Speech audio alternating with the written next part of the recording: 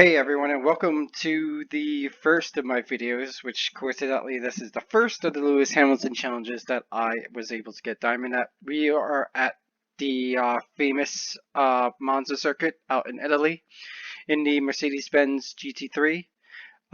So as always for my reference laps, I'll pay the lap in full at first, and then I'll walk you through basically turn by turn, what to look out for, what you need to do to get your hammer time out and beat Lewis's. So here we go.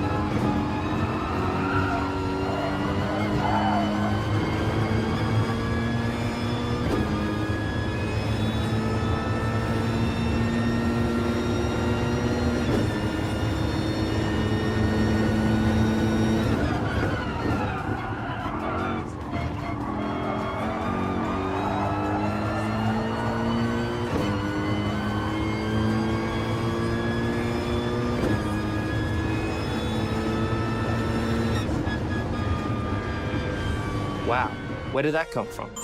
Mega lap. So there we go. Ran a 146.641, easily beating Lewis by about 3/10 of a second and improving my overall lap time by almost a full second. So yeah, let's do the breakdown lap by lap. Alright, so we're going to start a little further ahead, and for purposes of quality, I'm actually going to do it right from YouTube, although it appears that 720 is going to be the highest I'm going to get out of this. So no biggie, we will carry on.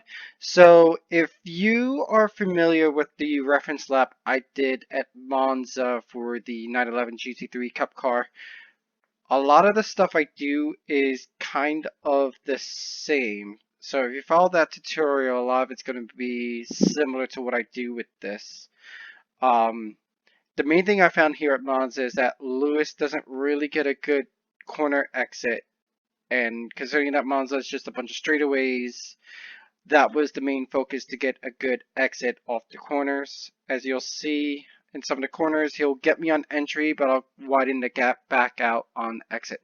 So heading up into turn 1, just about when you get to the 150 board, right about here, I'm already on the brake. See, I'm actually a little bit before the 150 board, as you can see over here. Now, I followed Super GT's video, and he said that don't use the curbs in turn 1. I actually will be using a lot of it, as you're about to see. However, if you do use too much of it, you will get a shortcut penalty, so just keep that in mind. So basically, same thing. You want to be on the inside. You want to be the furthermost to the right, aiming for the next part of the chicane. Get a good exit. Here we go, shifting down to first, riding over the curb, going back to second. Now I was a little tentative here because I kept running off into the gravel. You really have to mind the acceleration. One main thing I hate about this car, or just this current setup, is that under throttle it does tend to push a lot. So you need to be a little bit mindful of that and the position of the car and the trajectory that it's going. But as you'll see here, I'll get a great exit, and we'll head down to the next chicane. So as you can see, I'm already gaining on Lewis. I'm about 2/10 up.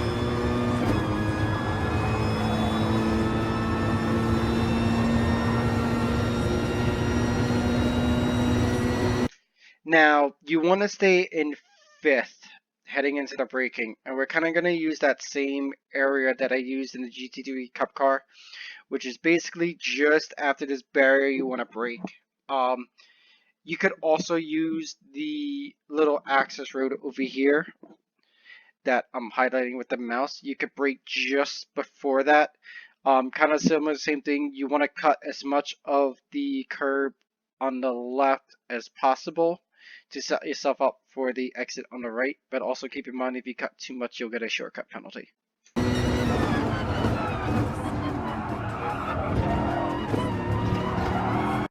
Now, here I short shifted and I actually still almost ran into the gravel even after it. I kind of found there was a way to kind of handle the understeer, just to short shift this way that the torque wasn't pushing me out.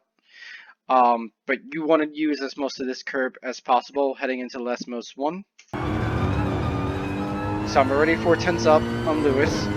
I'm braking just at the 50 board over here, and I'm actually just going to kind of let the car just coast through here, since it does have a big understeer tendency. And also, if you'll notice too, that after the first chicane, I kind of put the rear bias to 2, just to get the car to rotate on the braking a little bit more. It's up to you. It's just a personal preference for me. I like rotation on entry, mostly because my Focus RS in real life, that's kind of have it set up. It rotates a bit on entry, and I just, manage the throttle and then power out. So, going to be braking just at the 50 board and coasting. Here we are. And then heading into Les Most 2, same thing at the 50. Brake, aim for the curb. Using all of the track on the left-hand side, we're now heading down into Ascari. As you can see here, that I was basically gaining the 10 on him almost between the last one and this one. Now, same thing, I actually backtrack just a smidge. Same thing with that orange that I highlighted in the GT3 Cup reference lap. I'm braking just at this point. I wanted to stay in 5th, I just mentally didn't for some reason, which I still was able to clear the corner fine. Again, be a little bit careful for those sausage bumps on the inner part of the curb in Ascari. They won't throw you off as much as the Carrera Cup cars did, but it will still throw you off your line. So right just as I'm passing that yellow marker, I'm already braking over here hard, going back down into about 3rd, and then I'm going to be turning in just starting at the 50 board. I'm going to start turning in. Here I'm short shifting. I also released a little bit of gas over here because I wanted to set myself up to get a great exit through the last part of Ascari over here. And that's key because we have this very long straight into the Parabolica. See, keeping it flat through. Yeah, I did lose a little bit of time to Lewis, but I'm gaining it back heading into the Parabolica. And now we're about even. So right here, I'm braking at the 100, and I'm kind of already aiming. I'm going to aim for the inside of the track already. Basically, I'm going to kind of use turning the car to scrub some speed out on the braking. This way I stay nice and tight through Parabolica. I tried a couple different lines and I found that this was the best one. So braking at the 100, already turning in, coasting. And again, as soon as I see this, I'm just going to mash on the throttle. You can see here Lewis already gained a 10th, but it's not going to matter because I'm going to get a better exit, as you can see.